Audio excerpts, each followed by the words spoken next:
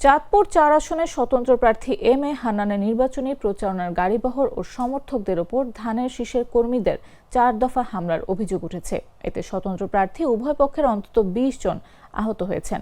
হামলা বৃহস্পতিবার বিকাল থেকে সন্ধ্যা ৭টা পর্যন্ত উপজেলার বিভিন্ন স্থানে ঘটেছে।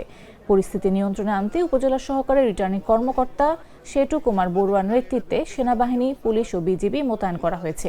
তিনি জানিয়েছেন, লিখিত অভিযোগ পেলে আইনগত ব্যবস্থা নেওয়া হবে। প্রত্যক্ষদর্শীরা জানান, ১৬ থানা সরকারি প্রাথমিক বিদ্যালয় সংলগ্ন এলাকা, খাজুরিয়া বাজার ও রূপসা বাজারে একের পর এক হামলার ঘটনা ঘটেছে।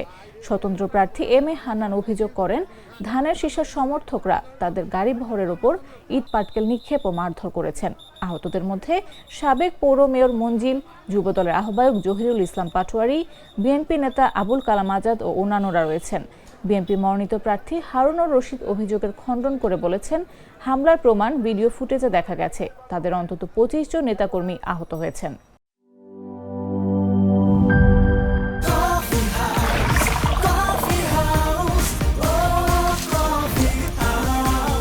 কফি হাউস, প্রতি চুমুকে আড্ডা জমে।